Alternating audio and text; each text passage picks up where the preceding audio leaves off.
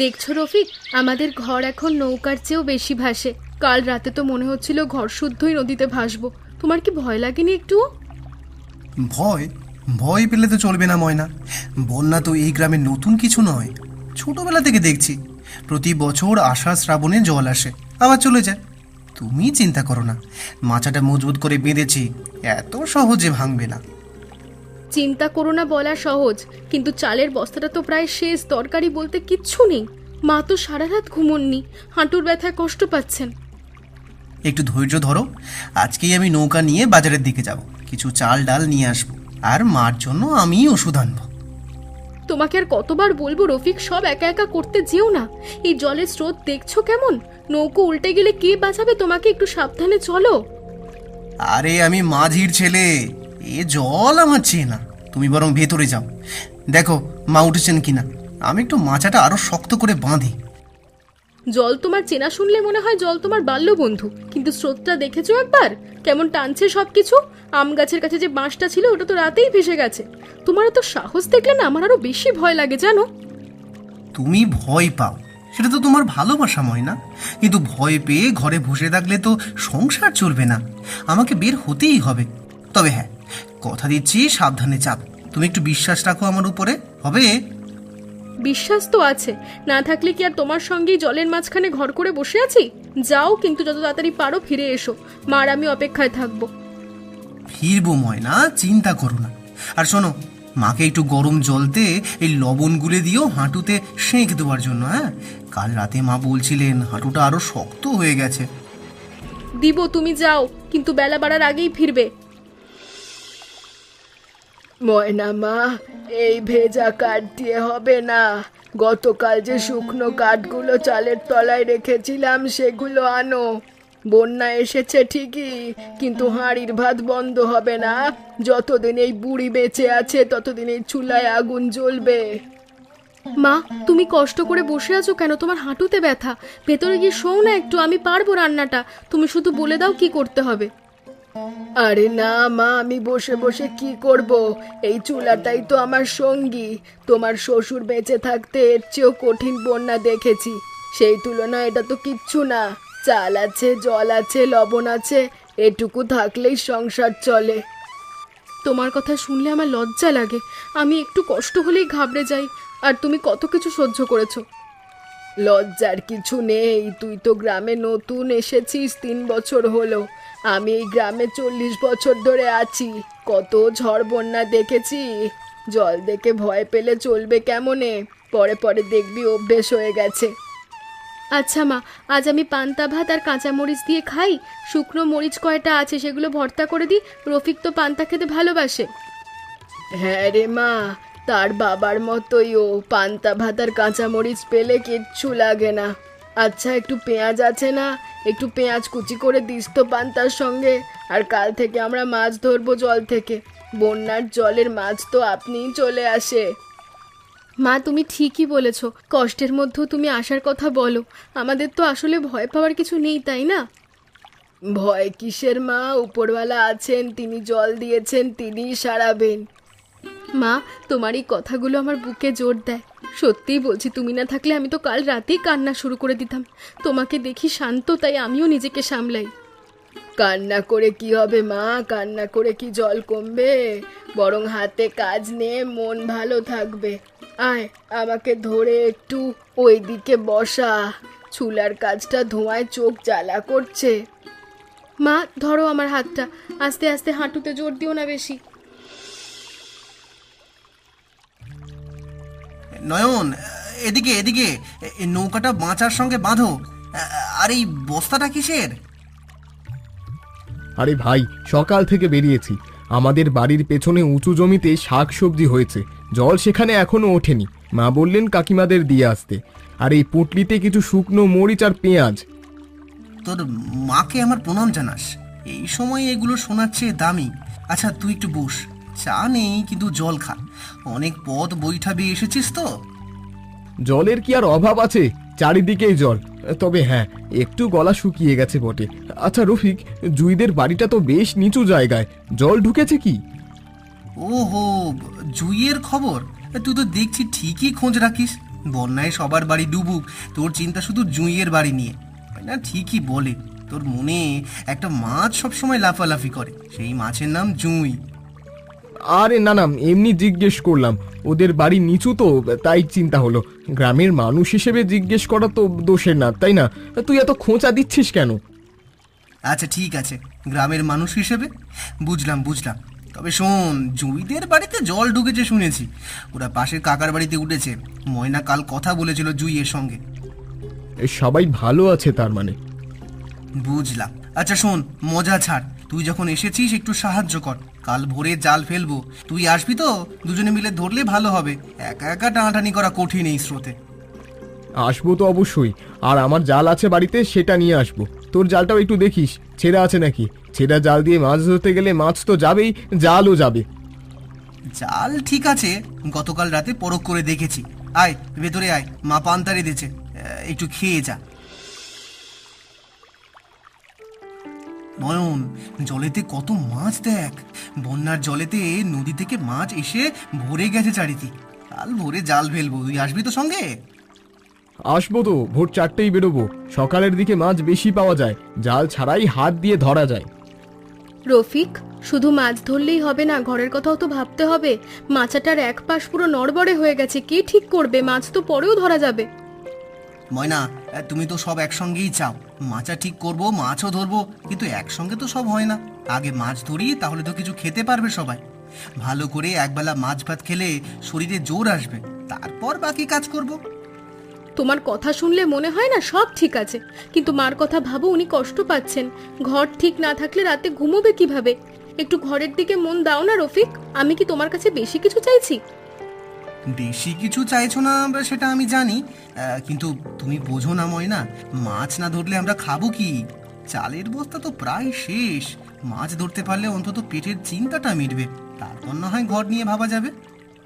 তোমার কাছে সব সময় তারপর, এখন মাছ, তারপর ঘর, এখন কাঠ, তারপর মাচা, তারপর বলতে বলতে সব একই জায়গায় পড়ে থাকে। ভাবি একটু শোনেন, রফিক ভাই ঠিকই বলেছে। কাল ভোরে মাছ ধরে ফেলবো, তারপর দুপুরে আমরা দুজন মিলে মাচাটা ঠিক করে দেব। দুজনে ধরলে একটু সময়ের মধ্যেই হয়ে যাবে। আগেই যদি বলতে এভাবে, তাহলে তো আর কথা বাড়াতে হতো না। যাও, জাল গোছাও তোমার। শুনেছিস নয়ন, বউয়ের কথার কাছে সব যুক্তি হেরে যায়। সেটা তো চিরকালেরই নিয়ম ভাই, আমার বাবাও বলতেন, তোর মায়ের সাথে ঝগড়া করে কোনোদিন জিততে পারিনি। জুই, তুই এসেছিস এই বন্যার মধ্যে? তোর কি মাথা খারাপ হয়েছে নাকি? জলে কত স্রোত, নৌকা উল্টে গেলে কি হতো? আর এই কলা পাতায় কি মুড়ে এনেছিস? আরে ময়নাতে, এত চিন্তা কেন করো? আমি তো ছোটবেলা থেকে নৌকা চালাই। আর এটা পিঠা, গতকাল রাতে মার সঙ্গে মিলে বানিয়েছি। একটু মিষ্টি খেলে মনটাও মিষ্টি হবে। জুই, তুই না থাকলে যে আমি কি করতাম এই গ্রামে? এই বন্যার মধ্যে কত কষ্ট করে পিঠা বানিয়ে নৌকায় চড়ে পথে করে আসলি, আমার চোখ থেকে জল আসছে। সত্যি বলছি, তোর মতো বান্ধবী পাওয়া ভাগ্যের দরকার। আরে কাঁদিস না দি, কষ্ট ভাগ করলে তো কষ্ট কমে। আমরা গ্রামের মানুষ, একে অন্যের পাশে না দাঁড়ালে কে দাঁড়াবে? তোমরা আমাদের আপন, তাই এসেছি। জুই, একটু বস, মাকে খবর দি, উনি খুব খুশি হবেন তোকে দেখে। গতকালই তোর কথা জিজ্ঞাসা করছিলেন। কাকিমা কেমন আছেন? হাঁটুর ব্যথা কমেছে? কমবে কোত্থেকে, ওষুধ তো পাচ্ছে না ঠিক মতো। রফিক বাজার থেকে আনবে বলেছিল, কিন্তু বাজার তো জলে ভরা। তবে মা কষ্ট পেলেও মুখে কিছু বলেন না, চুপচাপ সব সহ্য করেন। আমি মাকে বলবো ওনার কাছে একটা হাঁটুর তেল আছে দেশি, সেটা নিয়ে আসবে পরের বার, কাজে দেবে। সেটা হলে তো খুব ভালো হয়। চল ভেতরে, মাকে দেখে যা, আর এই পিঠা নিয়ে সবাই মিলে বসে খাবো আজ।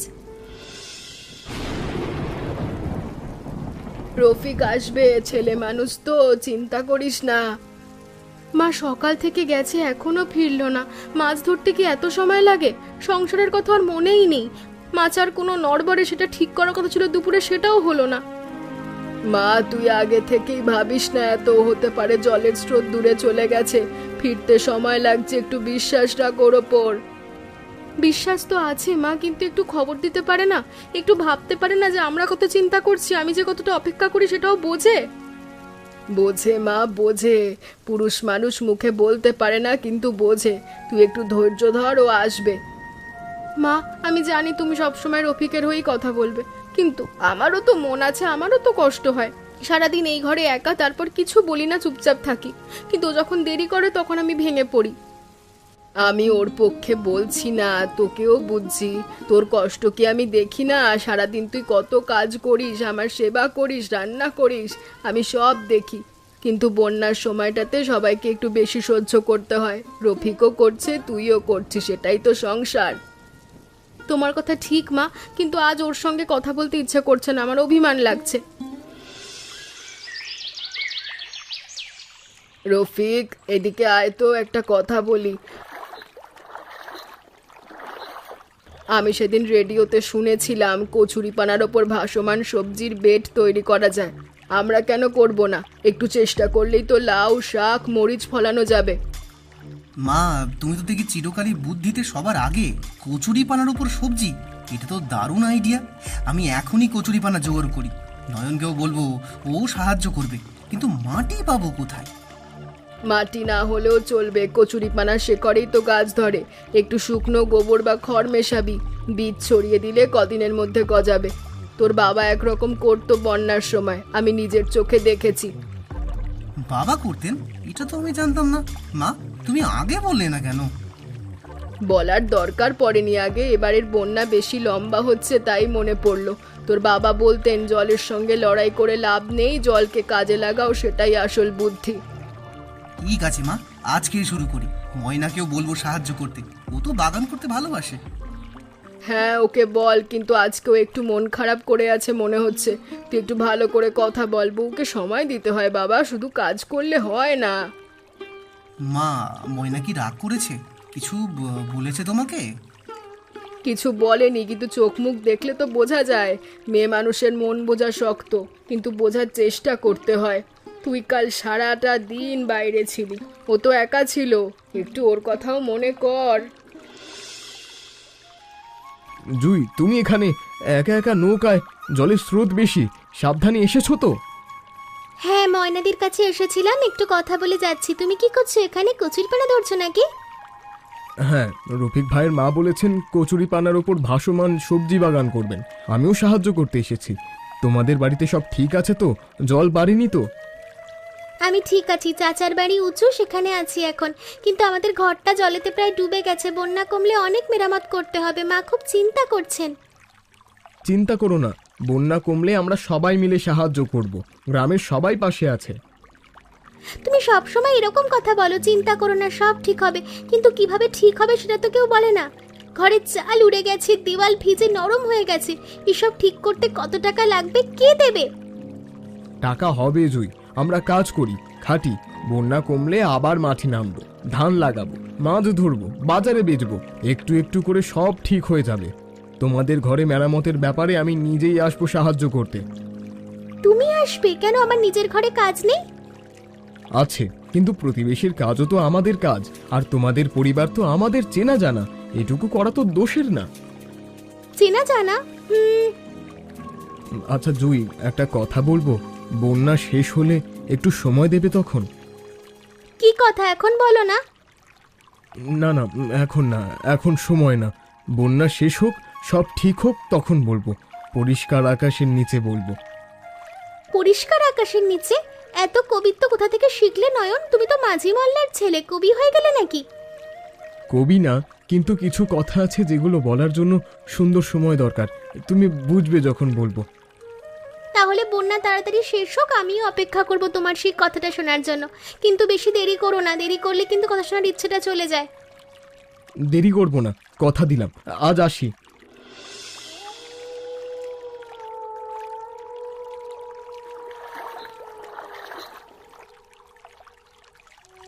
ময়না, আমার জন্য একটু ভাত রেখেছো তো? সারাদিন কিচ্ছু খাইনি, অনেক দূর যেতে হয়েছিল কাঠ জোগাড় করতে। 3 গ্রাম পার হয়ে গেছি। কি হয়েছে, কথা বলছো না কেন? কিছু হয়নি, ভাত আছে, নিজে বেড়ে খাও, আমি ক্লান্ত। ময়না, তুমি আবার কেন রাগ করলে? আমি তো সংসারের জন্যই গেছিলাম। শুকনো কাঠ না আনলে রান্না করবে কি দিয়ে? তুমি কেন বোঝো না? আমি বুঝি না? আমি কি কিছুই বুঝি না রফিক? আমি সারাদিন একাই ঘরে বসে থাকি, মায়ের সেবা করি, রান্না করি, মাচা সামলাই। তুমি চলে যাও সকালে, ফেরো রাতে। কাজই কি তোমার কাছে বড়? ও ময়না, কাজটা তো সংসারের জন্যই করি, তোমার জন্য, মার জন্য। আমি তো নিজের মজায় ঘুরতে যাইনি বলো। শরীরটা ভেঙে পড়ছে, তার উপর তুমি এভাবে কথা বললে আমি কোথায় যাব বলো তো? আমি তো তোমাকে কোথাও যেতে বলছি না, আমি শুধু বলছি একটু আগে বলে যেতে পারো, একটু জানাতে পারো। এটা কি এতই কঠিন? তুমি জানো আমি কতটা পরিশ্রম করি। সকাল থেকে জলের মধ্যে নৌকা বাইছি, হাত পা ব্যথায় অবশ হয়ে গেছে। ফিরে এসে একটু ভালো কথা শুনবো, সেটাও হয় না, শুধু অভিযোগ আর অভিযোগ। অভিযোগ করছি কারণ তুমি আমাকে সেই সুযোগটা দাও। যদি একবার বলে যেতে ময়না আজ দেরি হবে, তাহলে তো আর কিছু বলতাম না। এটুকুও করতে পারো না? আচ্ছা, আমি আর কথা বাড়াতে চাই না, তুমি শুয়ে পড়ো। আমি আর কথা বলতে চাই না, তুমি খাও, আমি শুয়ে পড়ি। ময়না মা, আয় একটু আমার কাছে বস। তোর মুখ দেখে বুঝতে পারছি কাল রাতে কথা বলিসনি। তোকে কিছু বলতে চাই, রাগ করবি না। বলো মা, আমি কখনো তোমার কথা রাগ করি না। মা, বন্যার জলের মতো অভিমানও যদি জমতে দাও তাহলে ঘর ডুবে যাবে। জল আসে চলে যায়, কিন্তু অভিমান জমলে সেটা পচে গিয়ে সংসার নষ্ট করে। রফিক তো তোর জন্যেই খাটে। ছেলেটা মুখে বলতে পারে না, কিন্তু তোকে খুব ভালোবাসে। মা, আমি জানি আমার জন্য কষ্ট করে, কিন্তু একটু কথা বললে তো ক্ষতি হয় না? একটু বললে তো পারে যে দেরি হবে, চিন্তা করো না। সেটাও ঠিক মা, তবে রফিককে বলবো আমি, কিন্তু তুই আগে নিজের অভিমানটা সরা। যে ঘরে ভালোবাসা আছে সেই ঘরে অভিমানের জায়গা নেই। মা, তোমার কথাগুলো আমার কানে যেন গলানো শোনার মতো ঢোকে। তুমি বলো বলেই আমি সামলে থাকি, না হলে কাল রাতে আমি হয়তো আরো অনেক কিছু বলে ফেলতাম রফিককে, পরে নিজেই কষ্ট পেতাম। সেটাই তো রে মা, রাগের মাথায় কথা বলা পরে ফিরিয়ানো যায় না। রাগ হলে 10টা পর্যন্ত গুনবি মনে মনে, তারপর বলবি। আমিও সেটাই মানতাম, দেখতাম রাগটা কমে যায়। 10 পর্যন্ত গুনবো? সে তো চেষ্টা করাই যায়। আচ্ছা মা, আমি যাই, রফিকের জন্য নাস্তা বানাই, ও তো কিছু খায়ও নি। রফিক, কাল সারাদিন কোথায় ছিলি সত্যি করে বলতো? মা, আমি শুকনো কাঠ জোগাড় করতে গেছিলাম, 3 গ্রাম পার হতে হয়েছে। আর ফেরার পথে হাসানদের দোকান থেকে কিছু শুকনো চিড়া, গুড় আর দেশলাই জোগাড় করেছি। ময়নাকে চিন্তায় পড়তে হবে না আর। তুই তো ভালো কাজই করেছিস বাবা, কিন্তু ময়নাকে বলতে পারিসনি তোর বউ সারাদিন চিন্তায় ছিল। সংসার শুধু রুটি রুজিতে চলে না, একটু কথাতেও চলে। মা, আমি তো ভেবেছিলাম এসে জানাবো, বলতে ভুলে গেছি। আসলে ভোরে তাড়াতাড়ি বেরিয়ে গেছিলাম, ময়না তখন ঘুমাচ্ছিল, জাগাতে চাইনি। জাগাতে চাসনি সেটা তোর মায়া, কিন্তু সেই মায়ায় কথাটা ময়নাকে বলতে হবে। ও যদি জানতো খুশি হতো। সে তুই বললি না, তাই ও ভেবেছে তুই ওকে জানানোর দরকার মনে করিসনি। আমি এভাবে ভাবিনি মা, সত্যিই আমার মাথায় আসেনি। আমি ভেবেছি ফিরে এসে সব বলবো, তখন ময়না খুশি হবে চিড়া গুড় দেখে। কিন্তু ও তো সেসব দেখার আগেই রাগ করে বসে আছে। রাগ না বাবা, অভিমান, দুটোর মধ্যে ফারাক আছে। ময়না রাগ করেনি, অভিমান করেছে। আর অভিমান তখনই হয় যখন মানুষ ভালোবাসে। ঠিকই বলো মা, আমিই ভুল করেছি। ময়নার সঙ্গে এখনই কথা বলবো। ময়না, একটু কথা বলবে আমার সঙ্গে? কি কথা? কাল যে আমি সারাদিন বাইরে ছিলাম, জানো কেন? শুকনো কাঠ আর চিড়া গুড় জোগাড় করতে গেছিলাম। তোমাকে আর মাকে যেন কষ্ট না হয় কয়েকদিন, সেই জন্য 3 গ্রাম পার হতে হয়েছে, ফিরতে দেরি হয়ে গেল। রফিক, তুমি চিড়া গুড় এনেছো আমাদের জন্য? 3 গ্রাম পার হয়ে? আমি তো ভাবছি। জানি তুমি ভেবেছো আমি আড্ডা দিচ্ছিলাম কোথাও, কিন্তু ময়না, আমি যা করি সব তোমার জন্য, আমাদের সংসারের জন্য। রফিক, আমি না বুঝেই অভিমান করেছি। তুমি সংসারের জন্য এত কষ্ট করছো আর আমি ভেবেছি তুমি আমাদের কথা ভাবো না। আমি ভুল ভেবেছি, আমাকে ক্ষমা করো। ময়না, তোমাকে আমি কথা দিচ্ছি, এরপর কোথাও গেলে আগে বলে যাব তুমি আমার ঘর, তুমি আমার সব। তোমাকে চিন্তায় রেখে আমি কোনো কাজ করতেই চাই না। তুমি যদি ঠিক না থাকো তাহলে আমার কোনো কাজেই মন আসে না। আচ্ছা রফিক, মা তোমাকেও কিছু বলেছেন তাই না? হ্যাঁ, বলেছেন। মা ঠিকই বলেন, উনি না থাকলে আমার হয়তো আরও বেশি ভুল করতাম। মা হলেন আমাদের সংসারের খুঁটি, উনি আছেন বলে আমরা সোজা হয়ে দাঁড়িয়ে আছি। আচ্ছা রফিক, চিড়া গুড় কোথায়? একটু চিড়া ভিজিয়ে গুড় দিয়ে মাখি, দুজনে বসে খাই। নৌকায় আছে, আনছি, তুমি বসো, আমি এনে দিচ্ছি।